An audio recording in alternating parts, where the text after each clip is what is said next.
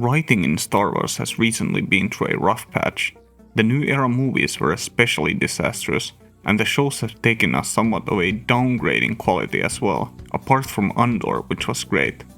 So it's kind of insane that this game studio could do a much better job of realizing characters and respecting the universe than the bigwigs in Hollywood could. And what I find even more amazing is that somehow this game has gone overlooked. There should be millions of Star Wars fans out there, but I guess the public has lost its trust in the franchise. Jedi Survivor has 3 core pillars that are exploration, combat and story. And all these are interwoven whilst you play the game, but I wanna spread this out and look at the aspects individually and then bring it all back together. This way you can also stop watching before the story sections if you'd like to experience the story of the game on your own. A disclaimer here that I don't know everything about the Star Wars lore. I have seen all the movies and I have seen some YouTube lore videos, but my grasp on the current lore may falter at times. However, through this lens, this game doesn't bastardize the Star Wars lore nearly as much as the new movies. There are no Holdo maneuvers or Palpatine resurrections. However, the game pushes graphical fidelity to its limit and it looks awesome, but it made it struggle in terms of performance, and stuttering is an issue to this day. The planets look stunning, but the unstable frame rate is a price too deep to pay for it, and I wish they made some compromise here to make it run smoother. Exploration in this semi-open world game kinda feels like Dark Souls Metroidvania. It's hard to put my finger on it, but maybe the close relative would be Tomb Raider. You have these semi-open on-rail segments where you can split off to separate paths that may take you to secret loot or combat encounters. Most of the exploration is done on foot, but there are rideable allies, kind of like in Monster Hunter Rise, where you can use them to traverse some segments a bit faster, or to solve some height-based puzzles with a boost. There's a lot of these small environmental puzzles, where you wanna look for a way by using the environment in different ways, and in a Metroidvania-like way you gain access to more of these movement-based abilities when you progress in the game. And here's the first issue I have with this exploration system. There are way too many times when I take a turn somewhere and I'm blocked off because I haven't unlocked the necessary force power or gadget to move past to grab a cosmetic item or something, and this leads to me having to remember a billion points of blocked entrance or just not bothering with the system at all. Thankfully the map shows you which areas are blocked off and which are available, but this has dodged the issue, because now instead of organically exploring the world I'm looking at my minimap to see where I have to go, which is well built into a 3D space to its credit, but I would like to find the next path organically without looking at the map. I kind of get this design, but I'm sure many people like this, but it just doesn't fit the game too well for me. I hate these backtracking moments and they're best used sparingly to build up something memorable, like maybe you see something insane like a meteor falling down that creates a crater in an old area that reveals a whole new underground city. But in this game the best use for this is basically backtracking a bit in the same level or finding like a hidden item or whatever. Honestly, I think this is the weakest part of the game and it's mostly annoying, but it doesn't fortunately ruin the experience, it just kind of hinders it. Traversal still feels fun, and in sections when you can organically move through the world it feels great. Big sections of the game are based on exploring a planet because the story takes you there and then fighting different factions on the planet while exploring, which keeps the pacing pretty nice. You go from fast-paced action to slow and methodical exploring and puzzle solving quite seamlessly. There are also these old Jedi tombs that have a force puzzle to solve with some cosmetic rewards, and they're all quite easy to go through. I'd say much easier than Tomb Raider or Uncharted, but one of them gave me a decent challenge and made me think outside the box for a while. The good thing here, to prevent frustration, the game will prompt you with a hint that you can decline if you're stuck long enough at a puzzle. Not sure what the timing here is, but it's long enough for you to figure out most puzzles before it pops up. In the world you can find pieces of lore that your bot can scan and read text logs about the various machines, enemies, etc. And I think here are huge missed opportunities and added voiceover for these, like in Tomb Raider. Cal explaining what is found to BD1's circuits or something could go a long way to immerse the player in the experience, or another way would be that the narrator would work through BD1 while BD1 explained these things. I'm not quite sure. I don't really want to stop the gameplay to read walls of text and it breaks the gameplay up too much, but if it was voiced over while I played the game, that would be much better. For Cal's movement, you unlock an air dash pretty early on in the game, and it's a joy to use for traversal. But still, out of the 3 pillars of the game, exploration is definitely the weakest, and there's a huge tree in the room in Elden Ring, which did exploration in various different biomes incredibly well, and even a game on multiple different planets can't compare to it. I think there's a huge missed opportunity here, that the Force could have led Cal to the right direction without you having to look at the minimap at all. And that could be the story pathway, and then you knew which are the kind of side paths through that. Maybe that's too disrupting for the players, but I'm not sure. I would have liked that better than what we currently had. I just really wish they did something more clever in the traversal. There is no stealth in Jedi Survivor, but you can use the element of surprise to remove an enemy before an encounter to weed out the numbers a bit. The combat picks up from where Fallen Order left off, adding more stances for the lightsaber and more force powers to choose from. No nerfs were put into his kit from the start of the game, but new tools were added to move forwards in this sequel.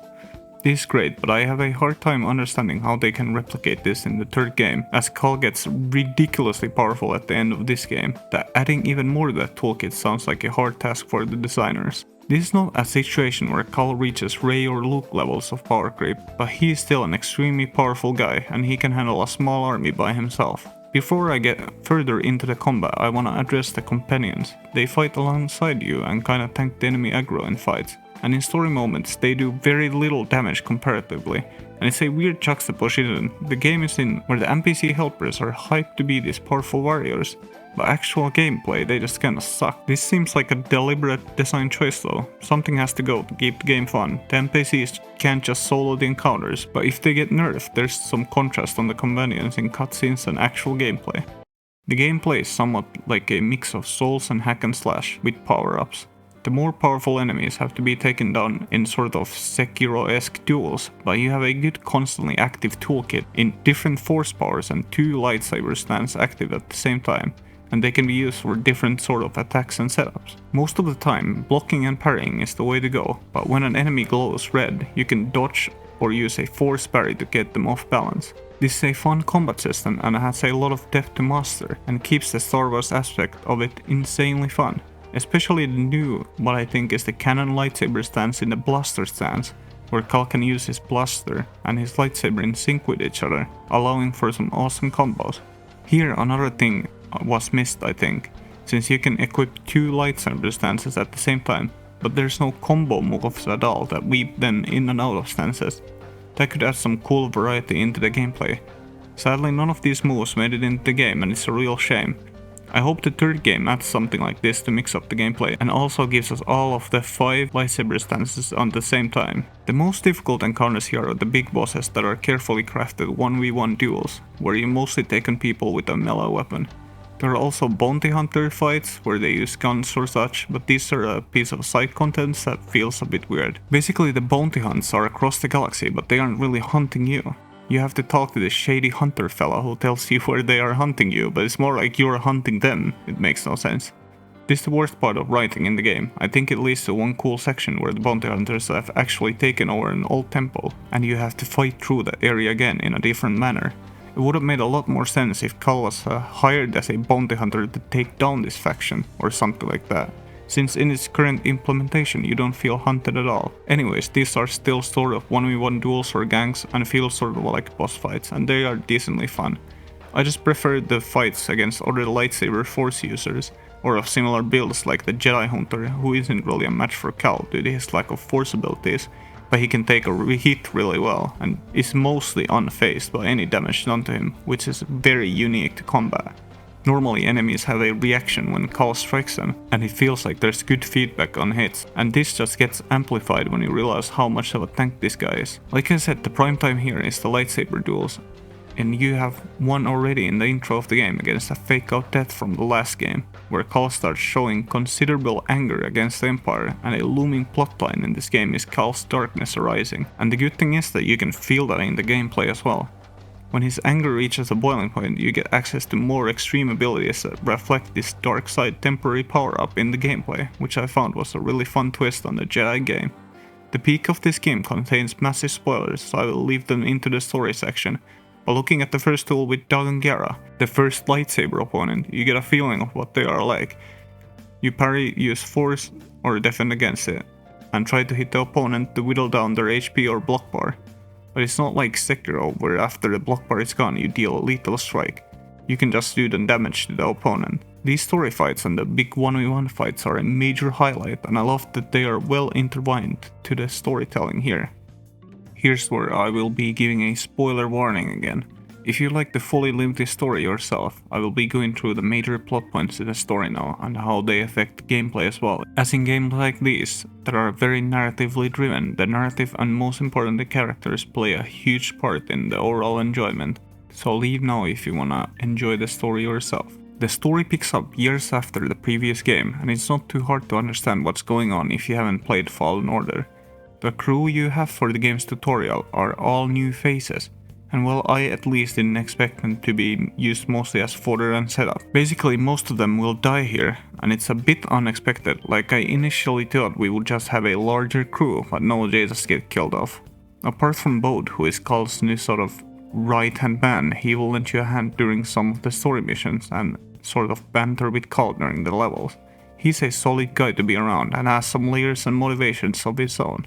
In the last game, Cal makes the choice to destroy a Jedi holocron map of the Force-sensitive children in the galaxy to protect them, and this game's goal is to find Tunnelor, a mystical planet you stumble upon in the starting act, which is said to reside deep in the abyss, just like the planet in God Help Me, The Rise of the Skywalker. Upon a brief googling session of the timeline, I found out that it takes place around the time of the Obi-Wan show, but I'm not 100% sure on this. Anyway, it takes place between the prequels and the originals. The story essentially has three factions: Cal's group of rebels, for a lack of a better word, the Empire, and the Raiders, who've also taken over droid manufacturing, and they will use the droid as an army against you. The Raiders, led by Ravis, are following a fallen Jedi Master, Dagon Gera, to find Tunnelor. It's not especially made clear why they want to find Tunnelor. They explain in the game that Gera wants to build an army, but it feels very weird. Also, at a glance it feels stupid that Ravis is following Dagon Gera only because he lost a duel once in. But this highlights one of the better aspects in the game, which is its characters. Every character has believable motivations and they act upon them.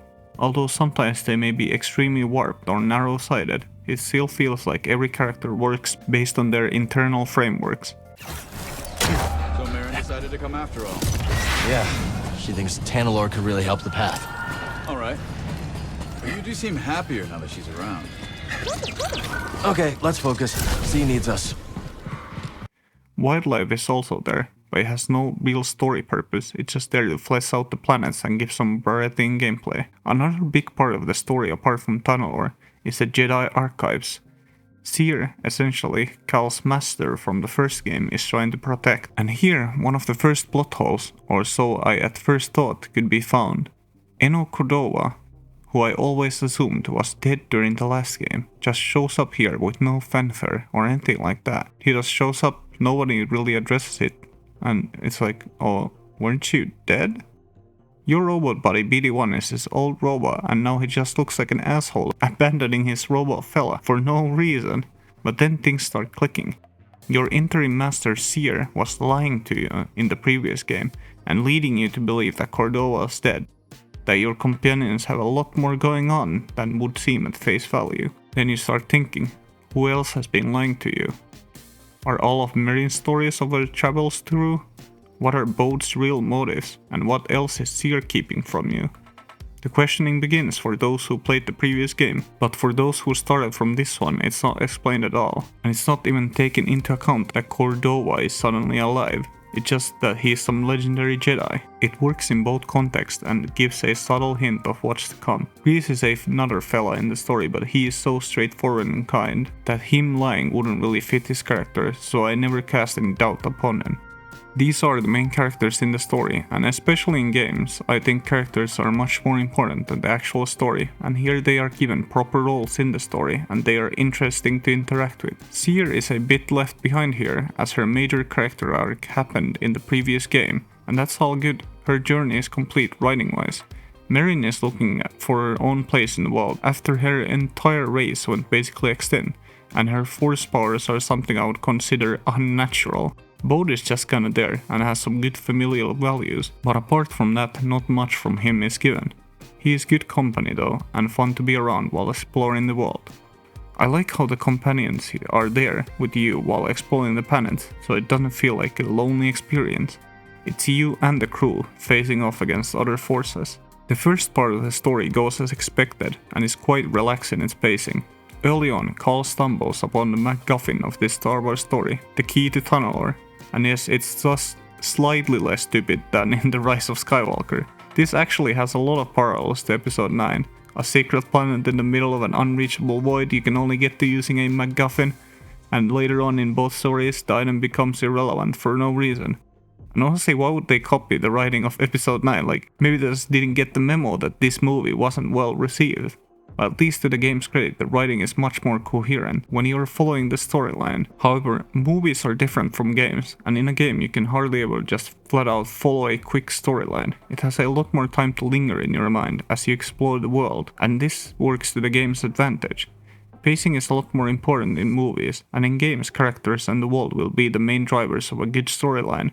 While storytelling can be critical to some games, most of the time they take a backseat to the world the player interacts with. And thus for me, good stories in games are gathered from these character interactions, combined with key story moments to bring up everything together. I wanted to bring this up, because in this game there's good storytelling present around the world. Factions have taken over a locale, the Imperial army seems at a striking distance from every place in the galaxy, whilst wildlife is still threatening and territorial. However, the central starring narrative never really made sense to me. This guy we accidentally woke up from a bacterial tank from thousands of years ago leads an army of raiders. This super honorary guy follows him from the High Republic era, and I guess his honor is just so great that he still keeps trying to find his old master. And yes, you find him before Ravis, and yes, it's stupid, and yes, it makes no sense, but at least keeps the story moving along. The first part of the game is just about trying to get the key to Tunnelor from Dagan Gera, as he wants to build an army there to take over the galaxy, and honestly a brilliant idea. It's basically what we're doing, right? Why are we trying to stop him? Oh, because he turned to the dark. Well, yeah, he turned to the dark side, yeah. And his old ideas have grown wicked. But it feels a bit too hasty of a turn, like, why would sleeping make you evil? I'm not sure. But it's hinted that he was turning before his slumber, so it kinda makes sense. Dagan Gera and Ravis are both highlight duels for the game and serve as key fights for gameplay purposes. They're both spikes in difficulty and interesting battles in their own. Defeating them leads us to a lull in the story and gameplay where we just return victorious and suggest moving the Jedi archives to a new hidden planet. But just as your victory sweetens, the looming presence of the Empire shows its head. The calm before the storm is short and the narrative twists. Bode, your fella from the start, steals the compass and plans to evacuate himself there, along with his daughter to keep her safe. It's a noble idea in a way. The galaxy's gone to shit under the Empire's rule, and escaping is the only option as his daughter Kada is force sensitive. So hiding her from the Empire's clutches comes at the utmost priority. On his way out, Bode it seems necessary to slay Eno Cordova, who just, I don't know, takes it. I think it's like a blaster shot. Surely he could have parried that. Or how washed is this, man? I'm supposed to believe that a Jedi Master can't parry a blaster shot. Alright, buddies. This is the section with the most tension in the game, but it also has the most ridiculous stuff happen in the story. I really hate it when characters have to act stupid or incapable for the story to progress, and that's exactly what happens here. It's beyond ridiculous that a Jedi Master just falls flat like this, and the worst is yet to come. Anyways, Bode escapes, and you follow after on a set-piece speeder sequence, which is pretty cool. Then you confront Bode, and this motherfucker can use a lightsaber. Of course he can, he's an Order 66 survivor just like everyone else in this goddamn galaxy. It really takes away from the scene when every new show adds like 15 survivors, like did Palpatine manage to murk anyone, or was it all for show? At least Anakin farmed his KD score at the council chambers. Anyways, Bode escapes to an Imperial spy base that we get to raid, and I think Bode killed Korova just to make Cal angrier to raid the base. This space station raid is super fun gameplay wise. It's like a spy mission invasion type of thing, and honestly it's one of the most fun sections in the game. Eventually you find the space station's leader, threaten him a bit and find that Bode was a spy all along, sent to infiltrate your gang. You also find that his daughter lives there, and somehow you manage to make it into her room before he does, which is really weird. And you can learn here about Bode's dead wife and the child, and confront her, pretending to be a friend. Didn't Bode just murk someone you loved, Cal? Isn't this the time to take this brat into a hostage and not let go? But no, Cal's plays this like an absolute cock. In the cutscene, Bode just kind of walks in and takes the girl, then leaves. And this makes Cal enraged, and he unlocked the ability to use his darkness to be even more powerful. Then you get to massacre the space station while spamming dark side. It's good fun and an outlet to vent your frustration as a player as well. I want to deep dive into this scene, because this brutally murders two characters and they both have to act equally stupid for any of this to happen. If you bait someone to raid a base where your daughter lives, surely she is your priority. Surely you grab her and just go as quickly as possible. If Bode did this and Cal found out too late, he could have still explored his room and learned about his motivations. There's environmental evidence there. In another sense, Cal is even more stupid, while he has the one thing Bode values in his possession and just does nothing about it. This situation could have been resolved in Bode calling Cal's bluff about slaughtering a child, which might be a dumb gamble on his part, but way smarter than whatever this game's writing is. Those who played the game might have noticed that I skipped a section here during Cal's pursuit, in between him going to the space station while trying to escape the planet Bode beats Cal in a 1v1, and he's left out stranded for a bit, whilst you gain control as Seer, Cal's much more powerful master, where you can feel the strength difference in force powers, and you get to just slaughter waves of the Empire's forces coming your way. Then the air gets chilly. The music stops, and you can feel something is wrong. Quiet. Too quiet. Seer sends BD1 away. Oh. Now.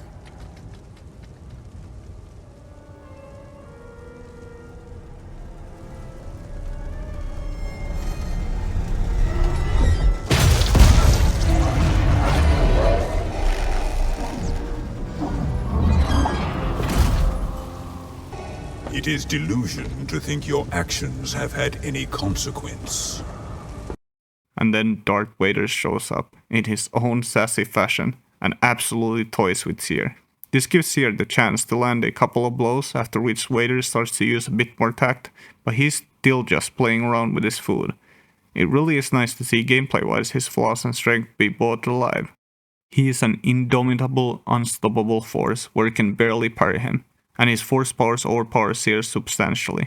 This is the hardest fight in the game by far, but Seer manages to damage Vader a bit in a cutscene. Vader doesn't like that, and he is enraged. The fight gets even more hectic. He doesn't stagger at all, and just when Seer finds an opportunity to deal a substantial blow to Vader, he counters and slays her on the spot. There's no fanfare, he just stands up and leaves. Job's done. Seer dying leaves a scar to the gang and is a reason why Cal gets so enraged. After Cal's outburst on the Imperial base, the game's biggest pacing issue shows its head, just like it's gonna show up in the script, because this game insisted on using Metroidvania-like mechanics on backtracking to bases. Now you finally can go and explore those planets, but all the secrets are open and up there for grabs. But narratively, Bode has just escaped, and is just chilling in the planet you were supposed to go to, so there's a choice to make, right? Do you follow the story, or do you follow the exploration? And on my first playthrough, I decided to follow Bode straight away, and afterwards I started a New Game Plus save. But that didn't keep the exploration gadgets, so this blew in my face magnificently. On my second playthrough on New Game Plus, I was just kind of over the exploration.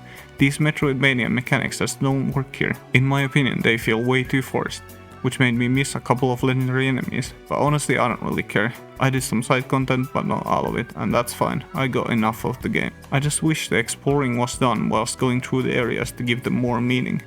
The final confrontation with Bode is alright. You and Merrin together fight Bode and Cal has to rely on the dark side to beat him. Cal mirror Bode in what I think is the canon lightsaber stance in the blaster stance. It's sort of a mirror match. He has his own moves too, but the mirror aspect is what makes it the most interesting to me. Though this might not be the case at all if you don't use the blast stance, which is a shame. It isn't as good as the Vader fight, and doesn't really hit the emotional beats for me. Kara just kinda stands there afterwards and is alright with you killing her father. Doesn't cry or anything, like surely a little child will get distressed over a parent's death, but no. This ending feels weird. There's just a funeral for Seer, Eno and Bode, so the heroes get buried with the villain. It's all quite jumbled and is trying to send a message that he could have been redeemed or lost his way, but he was clearly deceiving you from the beginning, so this at best comes across as manipulation towards the child. Overall, the game's story is alright, and the romance between Cal and Marion seems to be the highlight here. It feels organic and believable, whilst keeping both characters' core values while they move towards a common goal. It's nice to see, honestly. If this game didn't suffer from the massive performance issues and had a better exploration system, I think that it would have been great. Also, if Elden Ring didn't come out and blow everything out of the water, this game's systems would have been seen as better in comparison. It's still an enjoyable experience and has everything I would want from a Star Wars game. Honestly, even with its flaws, I think it's the best written story from the Disney Star Wars era, and I hope that the third game owns the flaws of this one and continues the story onwards.